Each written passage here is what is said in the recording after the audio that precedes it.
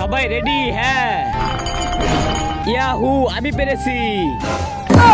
আব্বে এ কই গেল? ও এক নতুন জগতে চলে গেছে, যে জগতে নানা রকম পাথর মিলে আর যা চাই তাই পায়। হ্যাঁ, আমিও যাব। ঠিক আছে, হ্যাঁ আমিও যাব। স্বাগতম তোমাদের আমার এই পৃথিবীতে। তোমরা যদি পাথর নিতে চাও তাহলে আমার কয়েকটা প্রশ্নের উত্তর দাও। প্রথম তুমি বলো, ফলের রাজা আম, তাহলে রানী কে? আমের স্ত্রী।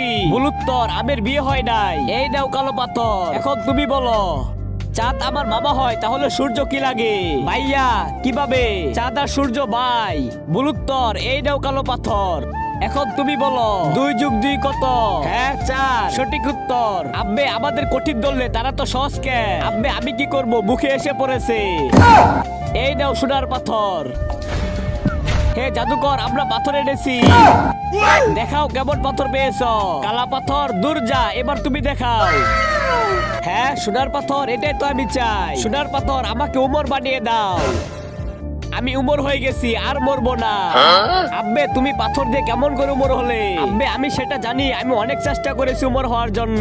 আব্বে চিন্তা করো না, আমার কাছে একটা আছে, আমরা 3 জন উমর হয়ে যাব। তার আগে আজকে দেখবো তুমি কি মন্দির ঘরটিকে বেশি ভালোবেসে থাকো নাকি আল্লাহর ঘরটিকে বেশি ভালোবেসে থাকো। যদি তুমি আল্লাহর ঘরটিকে বেশি ভালোবেসে থাকো তাহলে এই ভিডিওতে একটা লাইক দিয়ে চ্যানেলটি সাবস্ক্রাইব করে দিবে। আর যদি মন্দির ঘরটিকে ভালোবেসে থাকো তাহলে কিচ্ছু করার দরকার নেই, আর কমেন্টে লিখে দাও আই লাভ ইউ আল্লাহ। হে জাদুর পাথর, আমাদের 3 জনকে উমর বানিয়ে দাও।